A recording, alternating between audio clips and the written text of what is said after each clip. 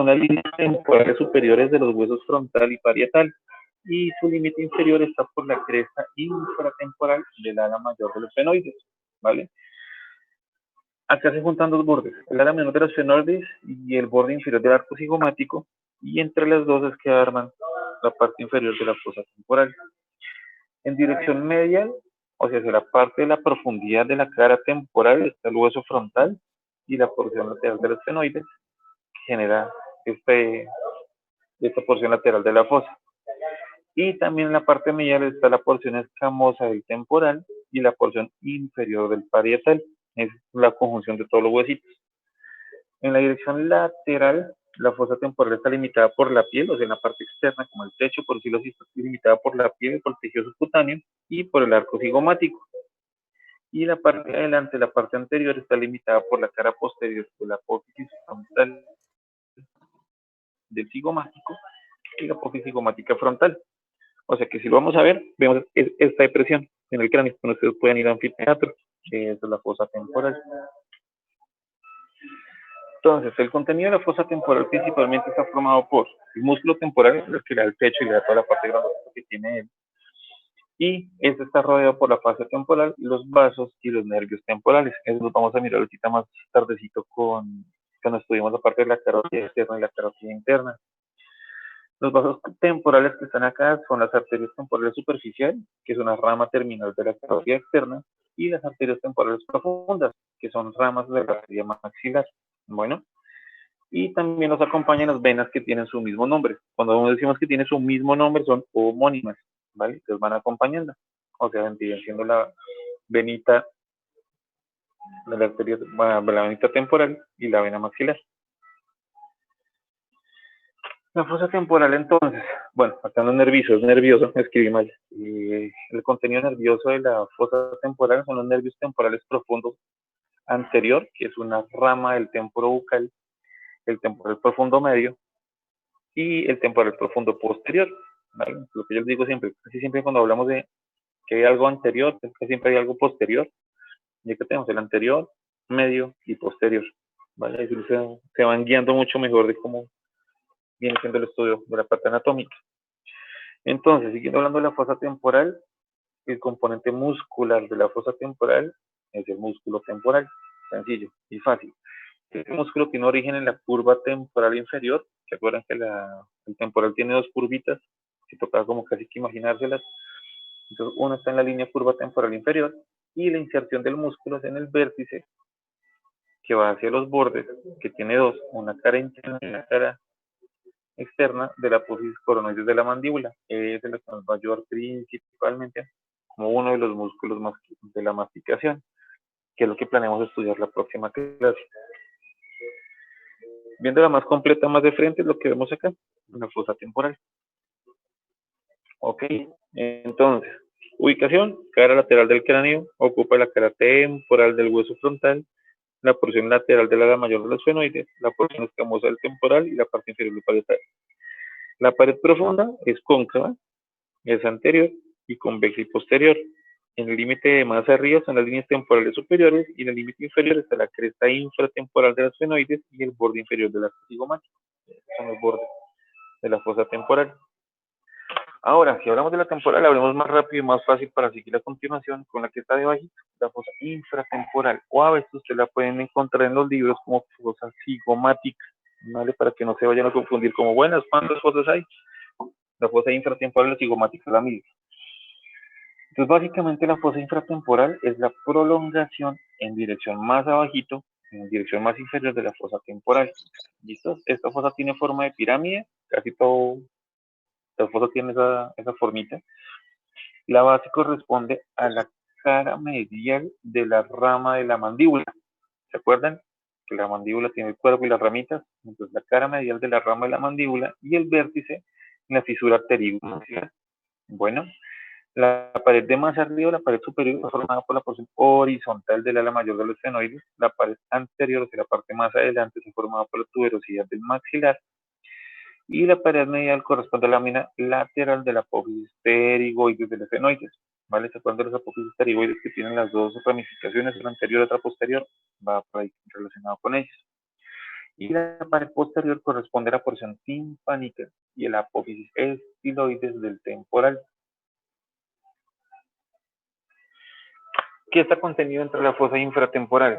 El contenido de la fosa infratemporal está principalmente por la porción inferior del músculo temporal, fácil, está por debajo del temporal, los músculos pterigoideos laterales y mediales, el nervio mandibular y las ramas del nervio mandibular, el ganglio óptico, que es como donde se juntan y se pegan la parte de todos los nervios, y la arteria maxilar con las ramas que tiene la arteria maxilar, que más adelante las vamos a estudiar.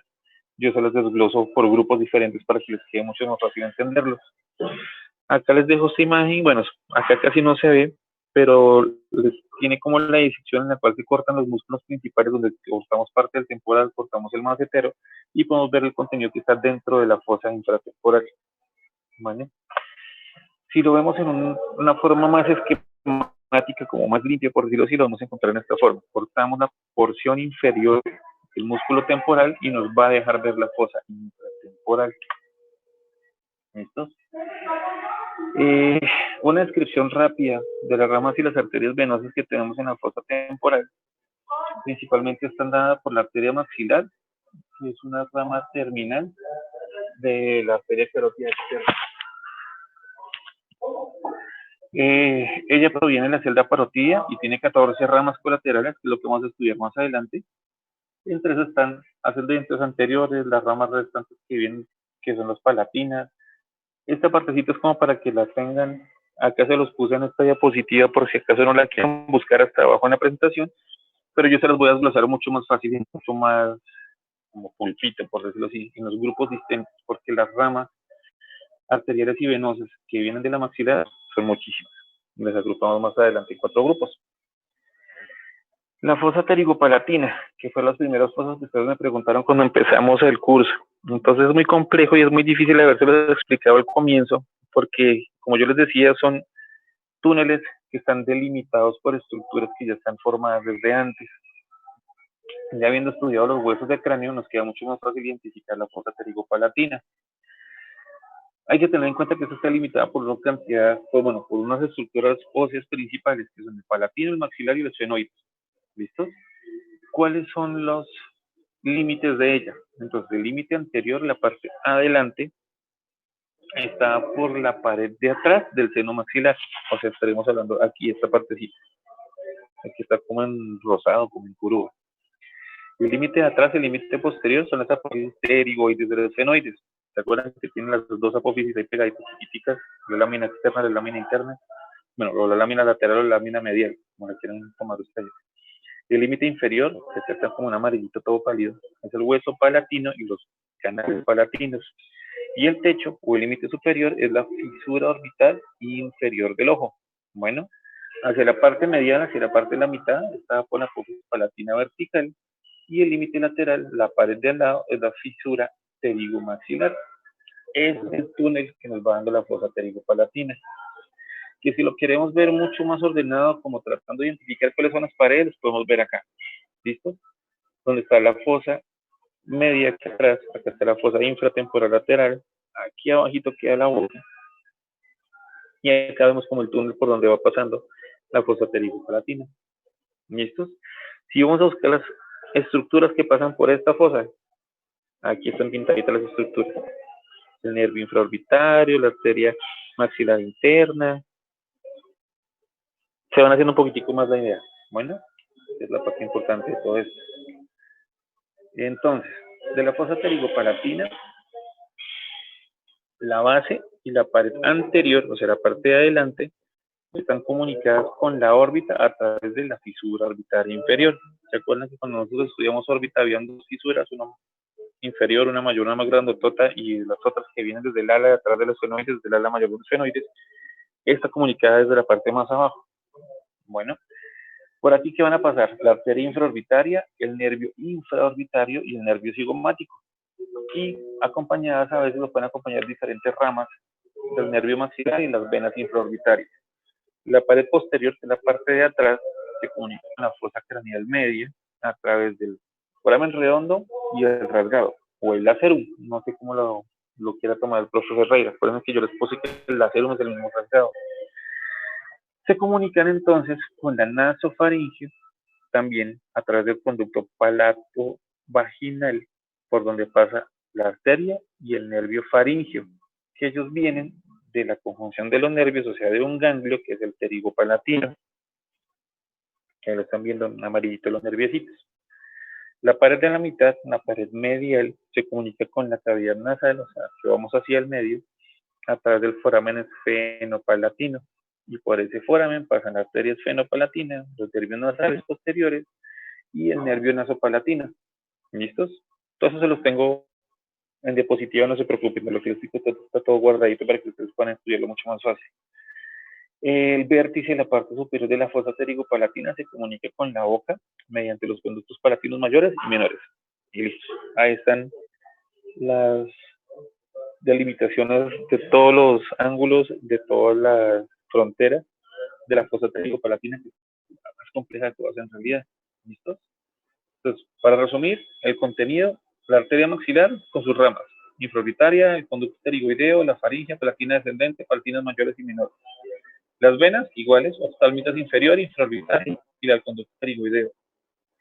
Nervios, nervios alveolares, o sea, para los dientes superiores y posteriores, nervios palatinos mayores y menores, nervio infraorbitario, cigomático, orbitarios, nasales posteriores y mediales. Entonces, básicamente, ustedes se están dando cuenta, esta fosa lo que contiene principalmente es como toda la parte medial de la cara, por eso donde pasan todas las estructuras que nos van a dar tanto irrigación venosa y arterial a la parte principal de la cara, nariz, parte inferior de ojo, paladar, boca. ¿Listos? Entonces, si lo queremos ver en imágenes de todo lo que estamos hablando, es esto. Encontramos el nervio y la fosa pterigopalatina con el conducto pterigoideo que viene de atrás y la fosita está ahí, con todos sus huecos, con todas sus conjunciones. Y si por ahí lo que hablamos es que pasa la arteria maxilar con sus ramas, que va a haber un montón de ramas, ahí la vemos pasando. Y si queremos ver las venitas, es un complejo, que es el complejo pterigoideo, que también le pueden decir plexo pterigoideo, que es el que está delimitado en azulito. Lo pueden ver acá en la diapositiva. Entonces vemos el contenido nervioso, arterial y venoso en una fosa que es chiquita, pero fue madre que reúne lo principal que nos va a dar tanto la irrigación como la inervación. Bueno, es otro término que no han acuñado de pronto ustedes bien. Cuando hablamos de irrigación estamos hablando de vasos sanguíneos, cuando hablamos de inervación hablamos de nervios. Bueno, de la parte principal frontal de la cara y la parte superior del maxilar, de los dientes. Si lo queremos más de cerca, más pegadito, es lo que vamos a encontrar en la fosa. ¿Ok? Luego, cuando ya estudiemos los pares craneales, creo que sea la próxima clase que ya terminamos con todo esto, vamos a ver cómo se conjuntan los nervios, se conjuntan en ganglios y van a dar las ramitas que vemos acá delimitadas. Ok. Esta diapositiva es bastante grandota, pues de hecho la dejé en alta definición así pequeñita para que cuando ustedes la puedan tener y la tomen en la descarga, pueden estudiarla mucho mejor. Acá les va a delimitar mucho mejor dónde está el agujero esfenopalatino, dónde está el surco infraorbitario, dónde queda la cavidad nasal, dónde queda la estructura pterigomaxilar, por dónde van a pasar las estructuras, dónde están los nervios, por dónde viene la arteria maxilar, cómo van las ramas que haya dentro de su propia fosa, cómo viene el quinto par craneano, arma como una cunita y bota las ramas que van a pasar por la fosa pterigopalatina que van a ir hacia adelante a inervar las estructuras de la cara, para que cuando entiendan mucho más y articulen los huesos que estudiamos en cráneo, más los límites de la fosa, puedan verlo mucho mejor acá en estas diapositivas. Les queda mucho más fácil estudiarlo que leer y recontraleer las descripciones. ¿Listos? Entonces, el enredo grande está en esto, en la fosa pterigopalatina, porque es la que está como en la mitad de todo y la que va a recibir tanto inervación como irrigación compleja. ¿Vale? Y listos. Nada. Esas son las fosas principales, son sencillas, son facilitas, es rápido, no hay ningún problema. Ahora vamos a meternos con la parte complicada, la parte de arteria carótida interna y carótida externa. Vamos a empezar principalmente con la interna. La interna no tiene tantas ramas ni tantas complicaciones. Y principalmente sus funciones de la pacificación interna del cerebro, parte de tiroides, laringe, que es su recorrido principal hasta llegar arriba al cráneo, pero no es tan compleja como la externa. Entonces, la carótida interna se origina a partir de la bifurcación de la arteria carótida común. Y esta arteria carótida común, o primitiva, que la van a encontrar así en los libros, viene directamente desde el callado aórtico o desde el tronquio braquicefálico. Luego lo estudiamos con más calma cuando estudiamos la parte de tórax, o bueno, principalmente la parte de cuello. Entonces, viene la aorta, su tono, su callado aórtico, bota las dos ramitas para la carótida derecha, para la carótida izquierda. Luego vamos a estudiar cuál es la diferencia entre una y las dos, de dónde es que nacen. Una carótida común, y de esa carótida común se desprenden dos ramitas, una que va para adentro y una que va para afuera. La que va para adentro es la carótida interna, la que va para afuera es la carótida externa. ¿Listo? Esta imagen que están viendo ustedes acá es una imagen de angiografía. Ojalá la viéramos siempre así, es espectacular esta imagen que está acá. Estamos pintando principalmente el cerebro visto desde arriba hacia abajo. ¿Listos? Entonces la carótida común tiene 4 porciones principalmente, una cervical, una petrosa, una cavernosa y una cerebral. ¿Listos? La carótida interna entonces, como les decía, va desde la carótida común hasta la base del cráneo. Y aquí se une el nervio óptico y los dos van junticos, paseando uno al lado del otro. Cuando inicia en el cuello y pasa al espacio maxilofaringeo, pasa por el agujero carótido y entra a lo que llamamos el seno cavernoso, que es el que están viendo aquí, arribita en el cráneo. ¿Listo? La carótida se pega y se une al seno cavernoso. Y se los preguntan, acá se los dejé por el ligamento que se llama el ligamento de Trolar. Bueno, al salir del seno venoso va hacia arriba y hacia atrás, por dentro de la apófisis crinoides anterior. Acuérdense que las crinoides tienen anterior, media, posterior, que son pegaditas cerca de la quilla turca. Y esta lo que va a hacer es perforar la dura madre, la aracnoides, que son las telitas que recubren el cerebro, y la parte de la bóveda craniana, que tenemos que estudiar más adelante, y va a mandar su única rama colateral, que es la rama oftálmica, ya estando adentro del cerebro. Antes va a mandar todas muchas ramas, pero dentro del cerebro va a mandar esa rama principalmente. ¿Listo? Ella corre por la cara lateral del nervio óptico, que les estaba contando, van muy junticos los dos, y origina 4 ramas terminales, que es donde ya va a terminar y va a dejar la irrigación. Una que es el cerebro anterior, la comunicante posterior, la coroidea anterior y la cerebral media. Entonces, siguiendo con el estudio de la carótida interna, la porción cervical de la carótida interna no emite ramas. Me olvidó, ahí me comí una E. Cuando hablamos de cervical, estamos hablando de la porción de las primeras 7 vértebras del cuerpo humano. La cervical 1, 2, 3, 4, 5, 6, 7. Después de que llega a la séptima vértebra, pasamos a la torácica. Torácica 1, 2, 3, 4, 5, hasta la 12. Lo que yo les había hablado al principio, del axis y el atlas, que son los primeros huesos cervicales, nosotros los vamos a delimitar más fácil como cervical 1, cervical 2, cervical 3, así en adelante, que es C1, C2, C3, C4, C5, C6, C7. ¿Listo? Para que vayan teniendo terminología de la parte de vértebras y cómo delimitamos la parte cervical. Entonces, acuérdense que tiene diferentes porciones. La primera porción que podemos identificar fácilmente es la porción petrosa, que es el segmento, bueno, ya miramos la cervical, ahora pasamos a la porción petrosa. La porción petrosa corresponde al segmento en el cual la arteria pasa por el conducto carotídeo de la porción petrosa del hueso temporal, por eso es que se llama la porción petrosa, que la estamos viendo aquí.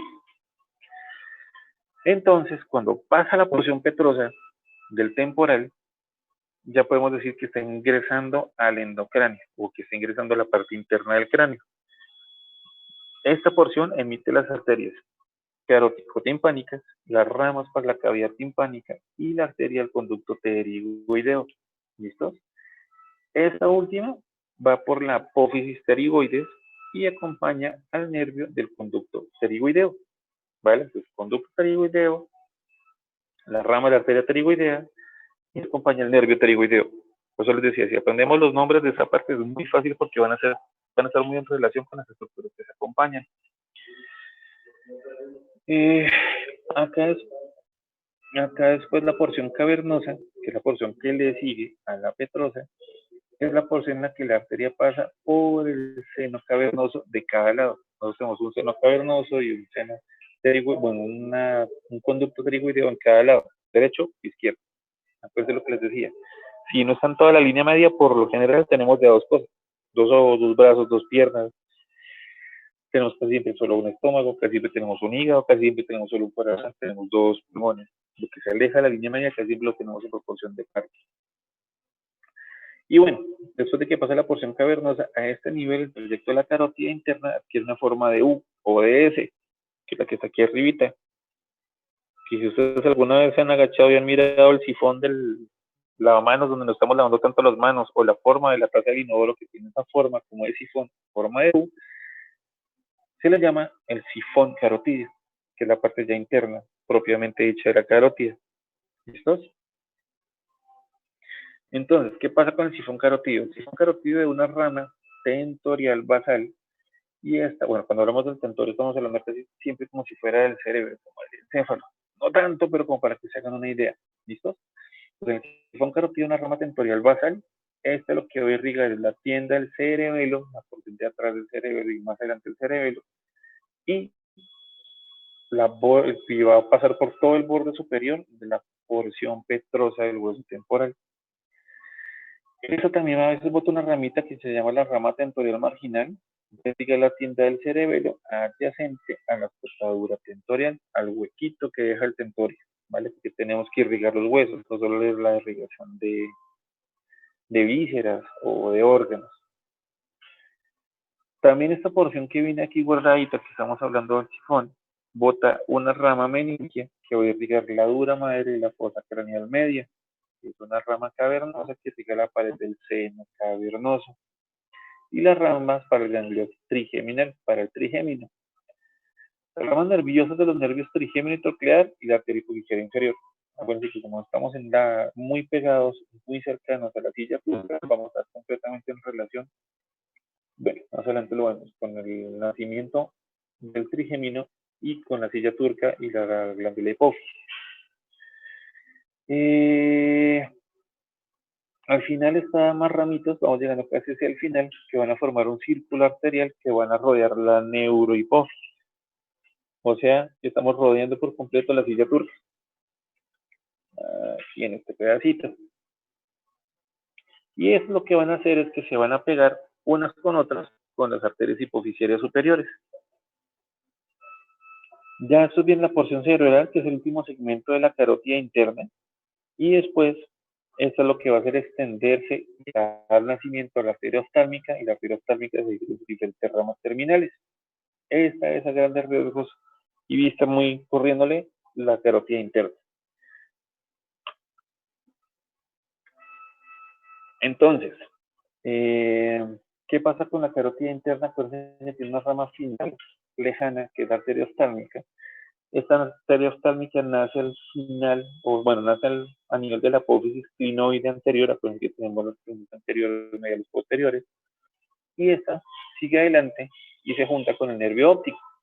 ¿Por dónde van a pasar? Por el agujero o por el conducto óptico, las dos junticas. Para que hagan una idea y vean cómo se va moviendo el arteria del nervio, primero va a un ladito de él y luego le da la vuelta y le pasa por encima para llegar a la pared interna de la órbita. Cuando llega a la pared interna de la órbita, al hueco de la órbita, va a terminar en una poleita, que es donde se va a insertar el oblicuo mayor. Las colaterales de la arteria oftálmica son estas principalmente, que los voy a poner acá única una. Una, la lacrimal. Acuérdense que como estamos en la porción medial, nos queda mucho más fácil dar ramas, entonces esta principalmente se ubica en la cara externa, va hacia adelante y por la pared externa de la órbita, alcanza la glándula lacrimal y termina en el párpado superior. Esta me quedó ramas, una que va a irrigar el recto externo, el músculo recto externo, y la otra que va a dar la rama que se llama la temporomaxilar. También genera ramitas que van central de la retina y a la parte retiniana, que se me perdió más un punto todo, y lo que va a hacer principalmente es irrigar el globo ocular como tal y la retina. Otra rama que ya es la supraorbitaria, o a veces ustedes la pueden encontrar como frontal externa. Fácil, va hacia adelante y va de forma externa. Entonces va a irrigar principalmente el elevador del párpado, donde hay diferentes ramitas, y ahí alcanza el agujero supraorbitario que está por encima del ojito y sale y emite la rama superficial y profunda, que también ustedes aquí arriba. También emite otras ramas que son las ciliares cortas posteriores, que son 2 o 3, depende mucho de las variantes anatómicas, y van hacia adelante alrededor del nervio óptico, atraviesan la esclera, que es la parte blanquita del ojito que nosotros tenemos, y siguen junto con los nervios ciliares y terminan la porción ciliar.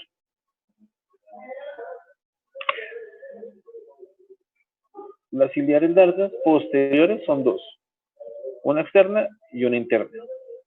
Estos ciliares llegan al globo ocular, cruzan la esclera, llegan ondeando ramas y es una ascendente y una descendente. La ascendente se anastomosan y forman el círculo exterior mayor del iris. Y esos son los que dan las ramas para el iris y la pupila. La otra es la muscular superior, que va para el párpado o el elevador del párpado superior, para el recto interno y para el oblicuo mayor, que es lo que estamos hablando ahorita. Y la muscular inferior, que nos da la irrigación para el recto inferior, para el externo y el oblicuo menor, ¿vale? Es lo que estamos hablando. Lo que hablamos toda la chacha de ahorita, lo resumimos en esto, principalmente. Entonces, seguimos, más colaterales de la oftálmica que botas ramas por todo lado hasta loco. Esta loca principalmente nos vamos, como está tan relacionada con el etmoides, nos va a mostrar 2 ramas principales. Un etmoidal posterior y un etmoidal anterior. La etmoidal posterior, que está acá, entra al conducto orbitario interno y da ramas ascendentes hacia la parte meningia y va a irrigar la dura madre. Los ramos descendentes llegan a la mucosa de la pituitaria, de la parte posterior de las fosas nasales. ¿Listo? Y la etmoidal anterior va hacia adentro, va hacia el conducto orbitario anterior, bota una rama meningia y va a irrigar la parte anterior de la hoz del cerebro. Por ejemplo, yo les hablaba de la hoz del cerebro, que es como la que parte el cerebro en derecho y izquierdo, en los 2 hemisferios, muy cercanos arriba a la crista galli. Y va a botar otra rama, que es la rama nasal, para la mucosa de la pituitaria, de la parte antero superior de las fosas nasales. Si lo queremos ver más desglosadito también, entonces lo encontramos así: palpebral superior e inferior y la palpebral inferior. Y pues lo que hablamos ahorita, la palpebral superior e inferior vienen, nos van a dar incluso para la parte de los rectos y los oblicuos, y la parte inferior que emite una rama para la mucosa de la nariz, para la mucosa nasal, la que ven aquí a este lado izquierdo. Y ya, finalmente, ¿dónde van a terminar? Las arterias oftálmicas terminales son la frontal interna y la nasal. La frontal interna va hacia el borde orbitario, se divide en subcutáneos, musculares y periósteos, o sea que van a irrigar la parte de más abajo de los musculitos, van a irrigar la parte muscular y van a irrigar el hueso como tal. Y la porción nasal, la porción que va hacia la mitad, va hacia adentro y hacia abajo, porque estamos arriba en el ojo y queremos bajar abajo hacia la nariz. Entonces va a cruzar el borde interno de la órbita, cruza el ángulo interno de la órbita y se anastomosa con la arteria angular. De la carótida interna, la otra rama, ya las fases finales y terminales de la carótida interna, saliéndonos de la oftálmica, que es la más anterior y la más arriba, la más superior, termina principalmente en esto, la carótida interna, en la cerebral anterior y la cerebral media. ¿Listos? Ellas van a formar después un círculo, se la llaman un círculo, otros van a hallar un polígono, que es este polígono que está acá pintado entre amarillito, azul y verde. Que bueno, ojalá la conexión nos deje ver acá. Este polígono, este circulito es el que se llama el polígono de Willis, que cuando estudiemos o cuando estudien la parte del cerebro, van a conocer cuáles son los componentes del polígono de Willis. Uno de los componentes del polígono de Willis son estos: la cerebral anterior y la cerebral media. Entonces, La cerebral anterior va hacia adelante y hacia adentro. Se une con la del otro lado, se juntan las dos, la derecha y la izquierda, y se van a juntar por una arteria que las comunica. Entonces va hacia adelante, las dos arterias van hacia el frente, hay algo que las comunica hacia adelante, y ¿cómo se va a llamar esa? La comunicante anterior. ¿Listo? Y van a seguir derecho y van a identificar cada una su cara interna de su hemisferio cerebral, el hemisferio frontal principalmente. La arteria cerebral media va hacia atrás y hacia afuera y da ramitas. Hacia el espacio perforado anterior entra en la fisura de Silvio, que es como una de las principales surcos que tenemos nosotros en el cerebro, los primarios como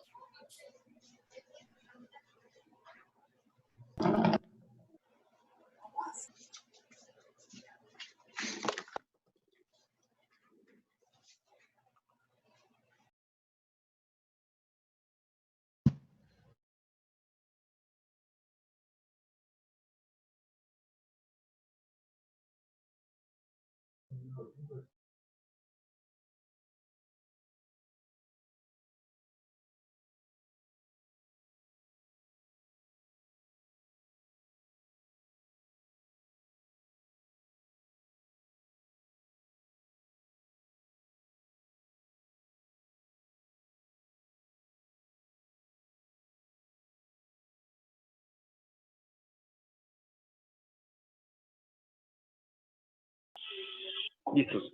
Docs, ¿en qué parte nos quedamos? Que no vi que este cosa se había finalizado. Íbamos en las carótidas, bueno, en la parte terminal de las carótidas, que estamos hablando de la carótida anterior y de la cerebral anterior y la cerebral media. Ahí vamos.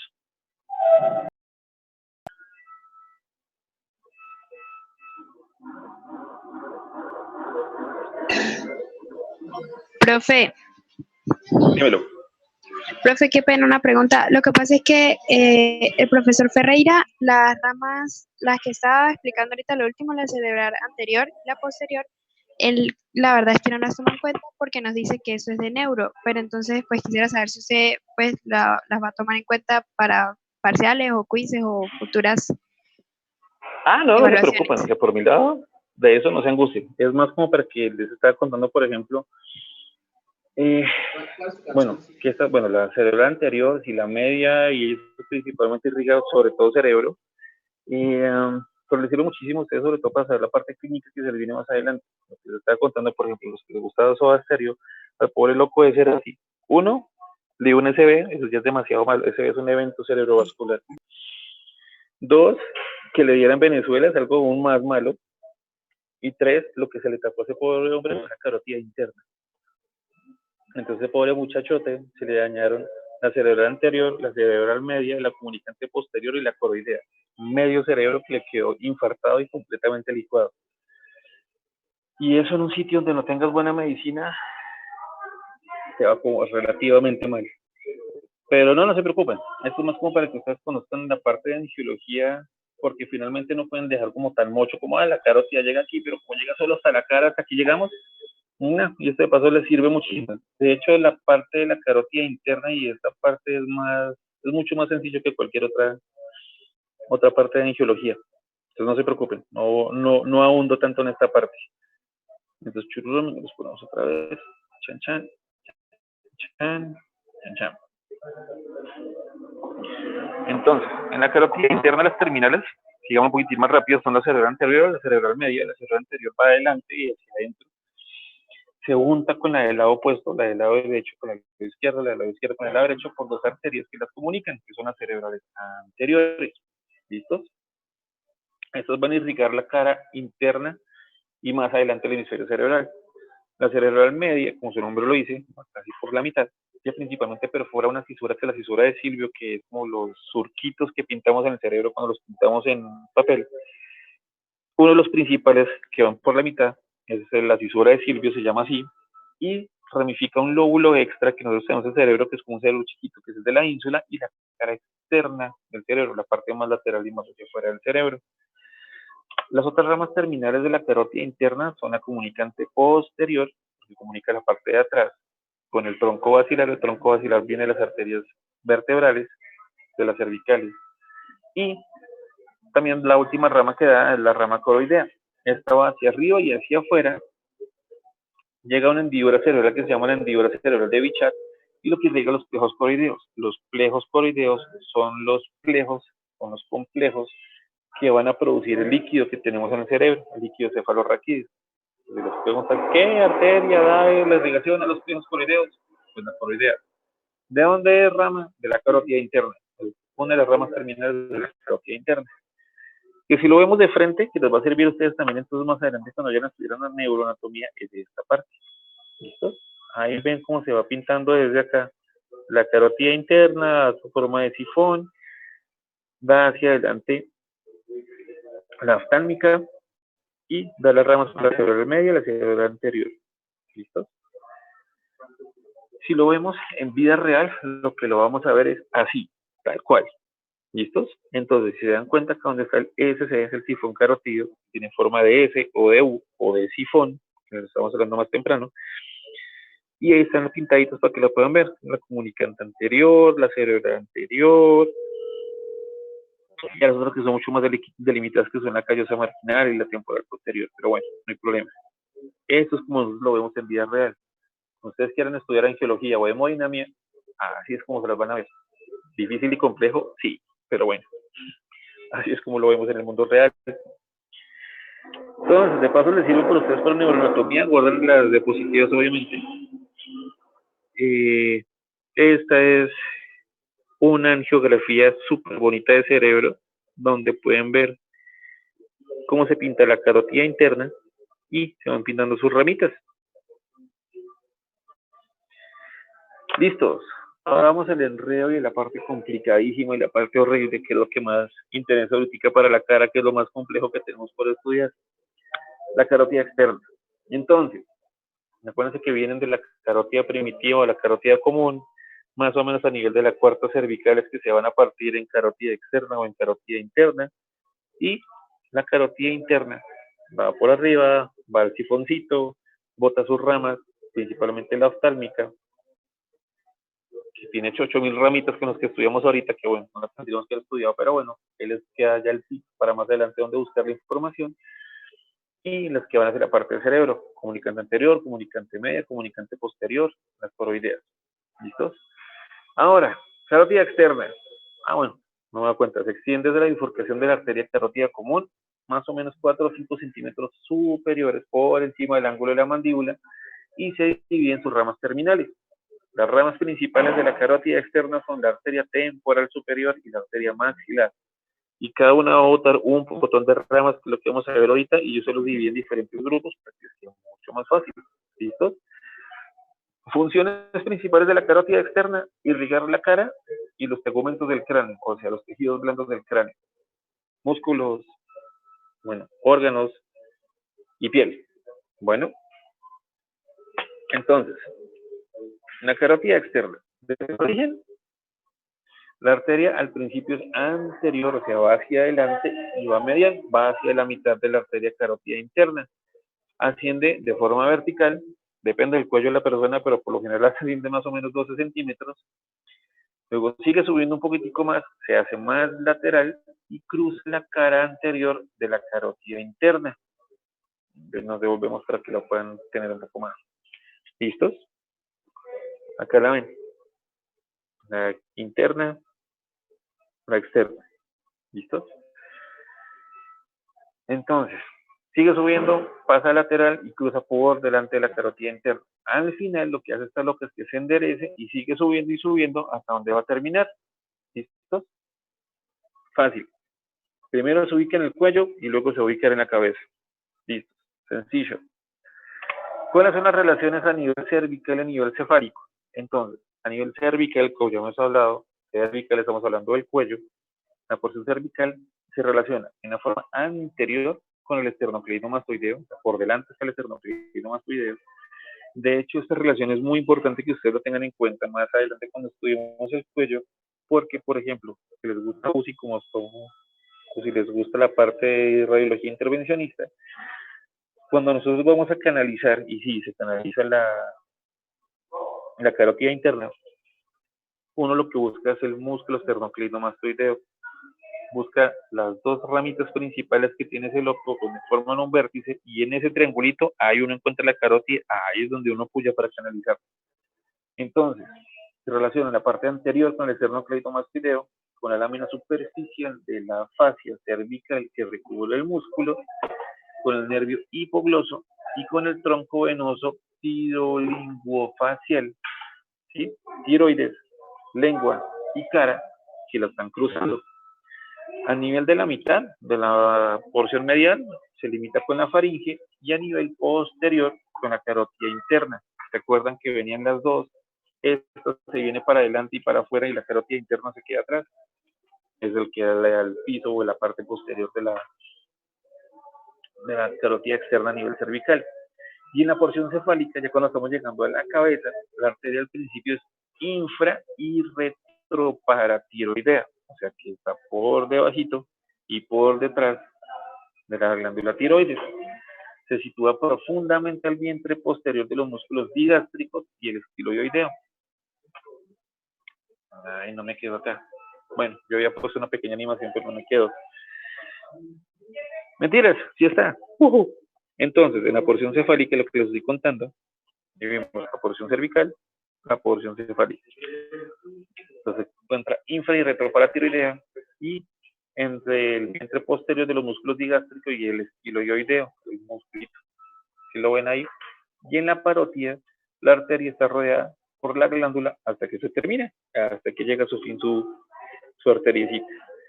Entonces, las ramas colaterales de la arteria carótida externa son la tiroidea superior, la lingual, la faringe ascendente, la facial y la occipital.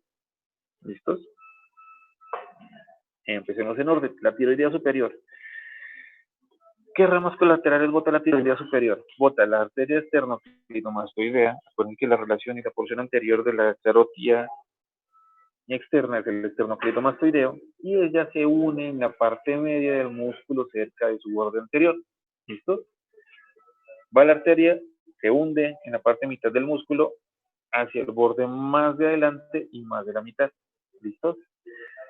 También bota la arteria laringe superior, que va a irrigar qué cosa, pues laringe, y se introduce debajo del músculo tiroideo, entre la tiroides y el ioides, y va a atravesar la membrana tiroidea, y esto lo que se hace es distribuirse entre los músculos de la laringe y la mucosa del vestíbulo. Bueno, las ramas terminales de la tiroidea superior se dividen en tres. Adivina, interna, externa y posterior. La rama interna se va a anastomosar, o sea que se va a pegar una con otra, principalmente con el borde superior del istmo. El istmo es la mitad de dos cosas. Recuerden que antes hablamos en cráneo del istmo, acá también hablamos del istmo. La glándula tiroides tiene dos lóbulos, uno derecho y uno izquierdo, y se unen en la mitad. Donde se unen en la mitad es el istmo, que ni es el lado derecho ni es el lado izquierdo, es en la mitad. Y se van a unir con la rama correspondiente del otro lado, la del lado izquierdo con el lado derecho. También esta tiroidea superior, o bueno, la tiroidea interna, va a dar origen a la arteria laringea inferior. Cuando estudiamos cuello, es muy importante que hablemos de la parte laringea y de cuerdas vocales, porque va a ser algo supremamente importante. A los que les vaya a gustar cirugía, van a tener que hacer mucha parte de tiroides, porque tiene mucha relación a generar, o muy propensa a generar neoplasia. Cuando sacan la tiroides, cuando la extirpan, se pueden llevar estas ramitas o se pueden llevar el nervio laringio superior o el inferior y nos van a dejar sin voz, hacer una parálisis de las cuerdas vocales. Lo estudiamos con Caricuello, no se preocupe. Y la otra parte es la laringe inferior, que se dirige hacia adentro y se anastomosa, se pega adelante con la membrana cricotiroidea del otro lado. Este lo que va a irrigar es el músculo cricotiroideo y la mucosa que está por debajo de la glotis. Que si lo queremos ver así, acá se ve pintadito. Entonces, les devuelvo, acuérdense. Las ramas terminales son las tiroideas. Lo que está aquí en la mitad de la tiroides es el istmo, el lóbulo derecho, el lóbulo izquierdo. ¿Listo? Botan la rama interna, la externa y la posterior. Entonces acá ven, la venita tiroidea superior, la venita media. Ay, la corrí, lo siento, ya. Y aquí la posterior. Estos vienen acá hacia la mitad y se unen las unas con las otras. Estos vienen a la mitad y se unen las unas con las otras. ¿Listos? Y van aprendiéndolas. Súper fácil, súper sencillo. Y los voy a llenar de muchas imágenes para que los tengan lo mejor posible. Ahora viene la otra parte complicada. Profe, una pregunta. De las términos. Mándalo. ¿Aló, profe? Dime. Profe, Sí. Una pregunta. ¿Estás diciendo que la laringe inferior nace de la tiroidea superior?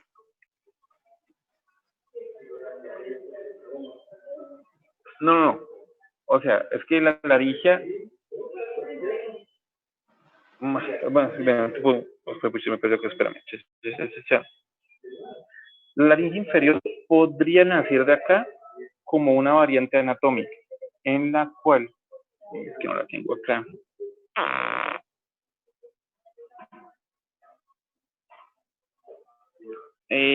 No, es que en realidad, bueno, te cuento, es que la laringe inferior a veces viene siendo propia de la carótida externa o a veces viene siendo propia directamente de la tiroidea.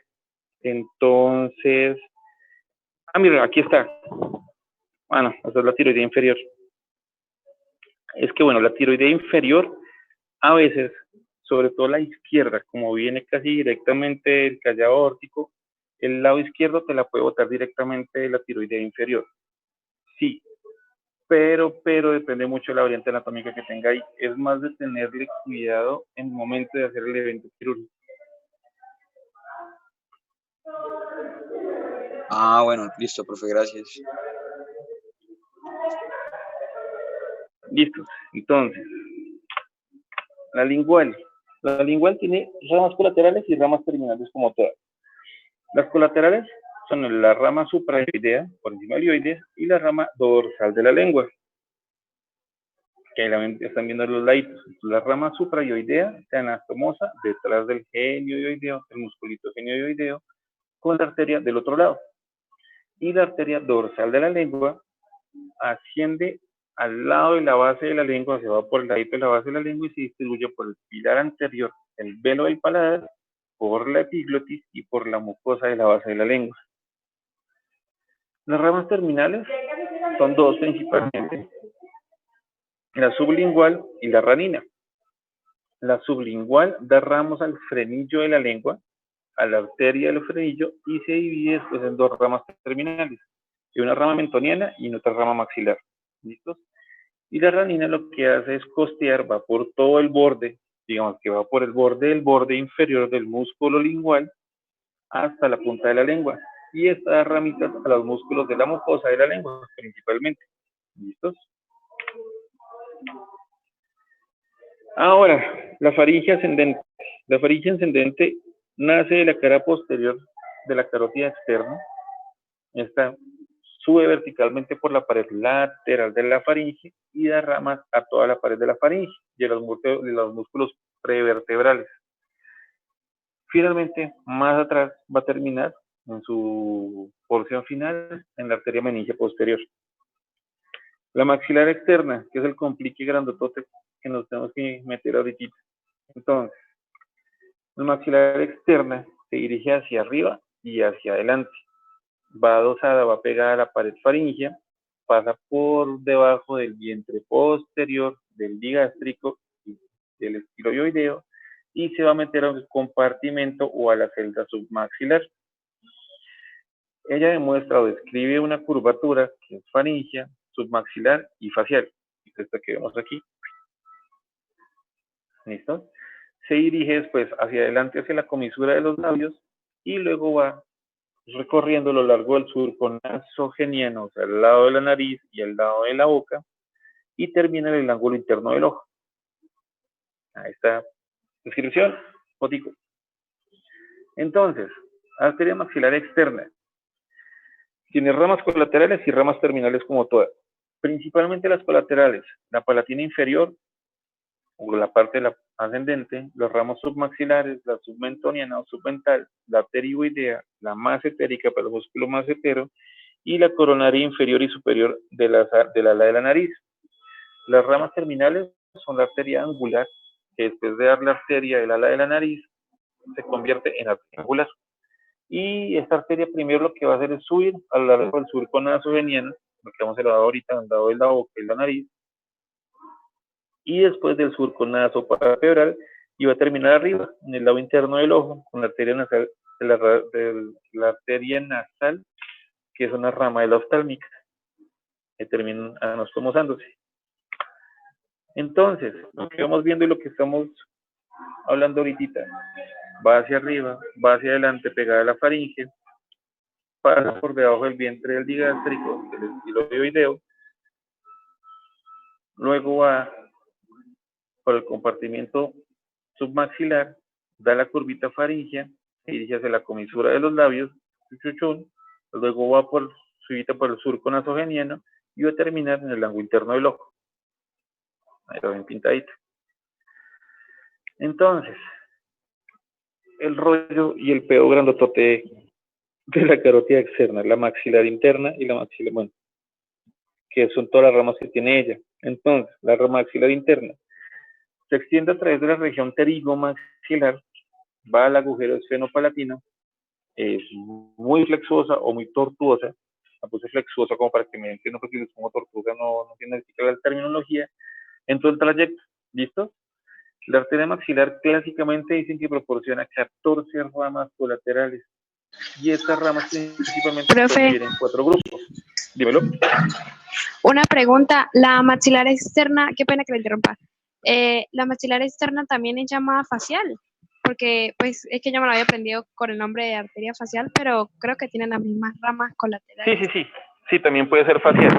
Es que incluso hay literatura que habla de facial externa y facial interno, facial superior y facial inferior. Entonces, es cansón porque uno se puede pegar esas enredadas. Yo se las dejé principalmente así, para que no se enredaran tanto como maxilar externa y maxilar interna, pero sí, es la misma facial, no te preocupes. Ok, gracias. Entonces, maxilar interna, ¿complicado? horrible. Tiene 14 ramas colaterales, que son estos que están aquí. ¿Listos? Acá se ve bonito pintado, acá se ve mucho más como esquematizado cómo es cada una de ellas y cómo son las ramas. Forma fácil de aprendérsela, que no es fácil. Pueden partirla en 3 ramas. Primera, segunda y tercera rama. Yo las voy a ubicar principalmente en 4 grupos, en 4 agrupaciones diferentes, que son como las que van desde más cerquita hacia más lejos. ¿Listos? Entonces, hablemos del primer grupo. El primer grupo es la arteria timpánica anterior. Fácil, esta penetra por la fisura petrotimpánica en la cavidad timpánica. ¿Listos? La otra es la arteria meningia media y la otra es la rama meningia accesoria, o también la pueden llamar meningia menor. ¿Listos? ¿Por qué la ponen así? Porque ella también es una variante anatómica, ella es inconstante. Ella a veces está o no está. ¿Listos? Entonces, de la meningia media, ¿qué podemos hablar? Es muy voluminosa, asciende verticalmente por dentro del pterigoide externo, atraviesa el ojal o el huequito formado por el nervio auriculotemporal y penetra el cráneo por el agujero redondo mayor. ¿Se acuerdan? Mayor, menor, rasgado. Ahí estamos, por el agujero redondo mayor. Y se va a pegar, y lo que va a dar son las ramitas que nosotros habíamos visto que se pintaban principalmente en el parietal y en el temporal, que están viendo acá, en los fóticos. De importancia clínica, demasiado, como va muy pegada a la parte del cráneo y es de una porción tan lateral, es de las arterias que más se van a lesionar en los traumas craneoencefálicos y que les pueden generar complicaciones más adelante a los pacientes. Las arterias meningias, como es un calibre, un grandote, y si ella empieza a sangrar, corran. Bueno, ustedes van a ver neuroanatomía aparte diferente, pero yo les dejo unos talleres de clases clínicos para que se vayan entrando en clínica y vayan entendiendo por qué es tan importante. La meningia media es absurdamente importante. Las ramas colaterales, que siguiendo por el segundo grupo, está la arteria alveolar inferior. Acuérdense que cuando hablamos de la parte alveolar estamos hablando de los dientes. La arteria alveolar inferior, la arteria massetérica, el músculo massetero, la arteria temporal profunda posterior y las ramas pterigoideas. Entonces, desglosándolas, acá se los puse como dentaria. La rama dentaria o alveolar inferior tiene un trayecto descendente de la arteria al nervio lingual y la arteria miloioidea. Penetra el conducto dentario de la mandíbula, por donde va recorriendo a lo largo y va dando ramitas óseas y ramitas dentarias para cada una de las raíces. Nos devolvemos. Ahí se alcanzan a ver. ¿Listos? La alveolar inferior, que está aquí, con su ramita miloioidea, y finalmente va a salir a dar las ramitas para cada uno de los dientes. Y al final, muy al final, esta alveolar inferior se va a dividir en 2 ramitas, en la mentoniana y la incisiva, ya que ustedes pueden ver. Las arterias pterigoideas, bueno, si vamos con la masseterina, pues la masseterina va hacia afuera, atraviesa las escupadoras sigmoideas y se introduce en la parte posterior y superior del massetero. ¿Y qué va a irrigar? El massetero. Fácil. Las pterigoideas son arterias de un número muy variable y principalmente se van a distribuir en los 2 músculos, en el pterigoides externo y en el pterigoides interno. ¿Listo? Y la temporal profunda o la temporal posterior nace de un tronquito común, sube por la cara externa del pterigoides externo y finalmente se va a ramificar en la parte posterior del músculo temporal. El tercer grupo son la arteria bucal, la arteria temporal profunda anterior, la arteria alveolar superior y posterior y la arteria infraorbital. Entonces, arteria bucal se dirige principalmente hacia el músculo bucinador y se ramifica en la parte blanda de las mejillas, que es la que están viendo aquí pintado de azulito. Y la arteria temporal profunda anterior se va hacia arriba, se mete en la cara profunda del temporal y se distribuye en la parte anterior, pues temporal profunda anterior. ¿Listos? Que es la que ven aquí, pintadito también. La alveolar posterior superior es la que ven aquí abajito, señaladita en esta. Esta alveolar posterior superior descienden con el nervio alveolar inferior y se meten en el foramen mandibular en la superficie medial de la rama mandibular. ¿Listos? Y la infraorbitaria, que está acá en este ladito, ella nace en el maxilar y lo que hace esta ramita es recorrer el canal y el conducto infraorbitario, donde sale por el suborbitario y se divide en muchas ramitas para darle irrigación al párpado y a las mejillas. Profesor, una pregunta. Mándalo. Esa arteria temporal profunda es la misma arteria temporal profunda posterior. Sí. Ah, ya. Porque es que el profesor Ferreira en el taller que nos envió sobre angiología dice en la pregunta, señale las ramas de la arteria temporal superficial. Bueno, dice, aunque ya usted lo debió haber leído, recuerde que la arteria temporal profunda posterior es rama de la arteria temporal superficial y no de la maxilar interna. Por favor, corrija su libro de Netter y escribe correctamente en el taller. Así dice el taller que dice el profesor. Listo. Si quieres, déjamelo, ahorita mándamelo por WhatsApp y te busco una imagen que quede súper bien para que retroalimentes. Y miramos esa parte, no te preocupes. Sí, claro. No, yo ya le envié los talleres. ¿Te acuerdas que la otra vez yo le dije que los talleres? Ah, sí. Yo les envié ahí. El de angiología dice eso. Dice que no, que pues, según el profesor dice que la temporal profunda posterior es rama de la temporal superficial y no de la maxilar interna. No, sí, de acuerdo. Es de la maxilar interna. Sí, es que esa es la duda porque pues aquí yo estaba haciendo el taller también y pues salió esa pregunta. Listos, vale. Bueno, muchas gracias. Vale, no te preocupes. Y el cuarto grupo de la maxilar interna están la arteria palatina descendente, la arteria del conducto pterigoideo, o que también se llama la arteria vidiana, pues porque pasa por el conducto vidiano, y la arteria pterigopalatina. Entonces, la arteria palatina descendente o la arteria palatina superior desciende desde el conducto palatino, sencillo, posterior y se va a distribuir en el velo del paladar, o sea, a lo largo de todo el paladar. ¿Listos? La arteria esfenopalatina entra por la fosa nasal por delante del agujero esfenopalatino y se va a ir en dos ramas. Una interna o la nasopalatina para el tabique de las fosas nasales y la otra en la pared externa. Sencillo. La arteria vidiana.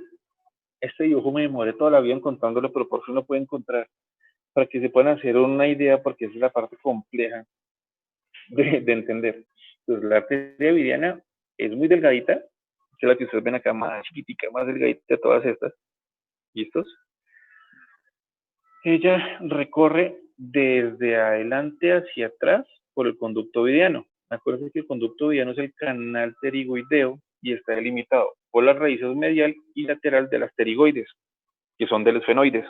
Los esfenoides es un despelote que tiene un poco de huecos y ramas a esa metida, por eso es tan complicado y tan complejo. Entonces, el canal pterigoideo se delimita por las raíces medial y lateral de las pterigoides, como las patitas del murcielaguito, y por ahí es donde se va de la parte hacia atrás y forma el conducto vidiano.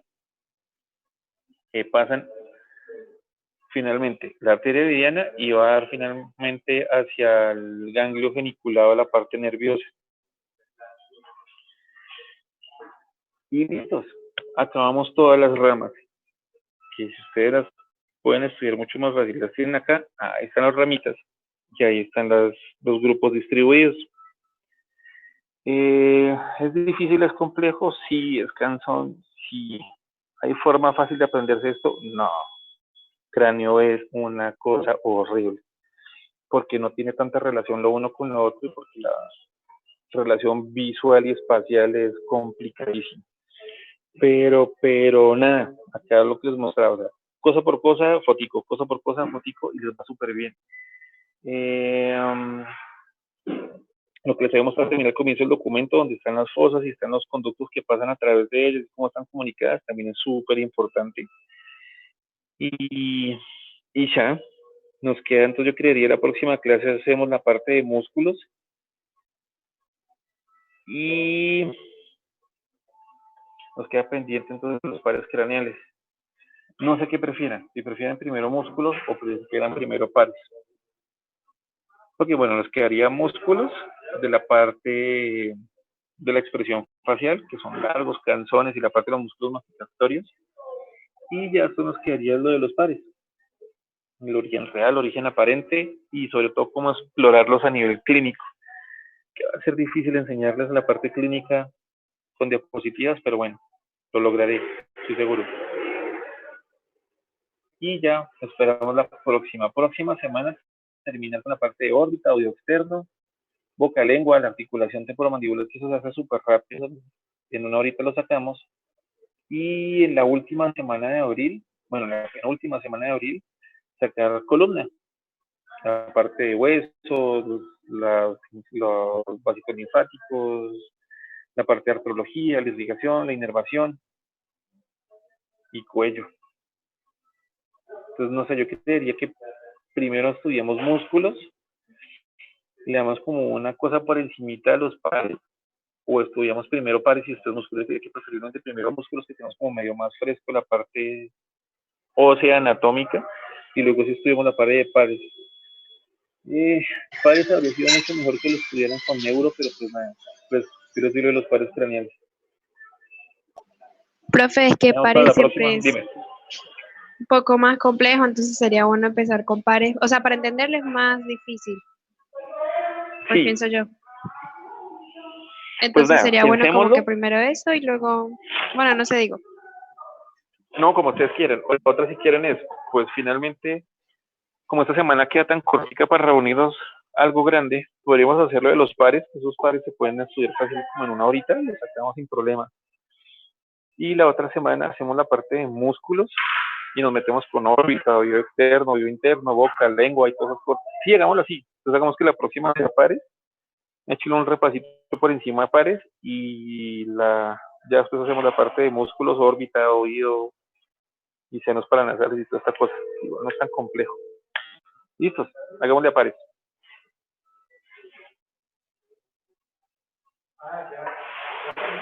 Entonces nada, muchachotes. Ya Yo les tenía envío la... una A pregunta, ver, dime. profe, con respecto a la arteria occipital y auricular. Ajá. Esas son de las ramas posteriores de la arteria carótida externa, ¿sí? Ajá.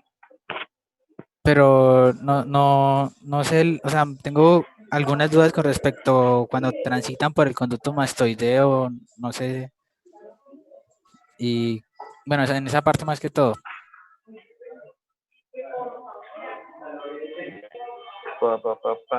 Pero no se nos entiendo.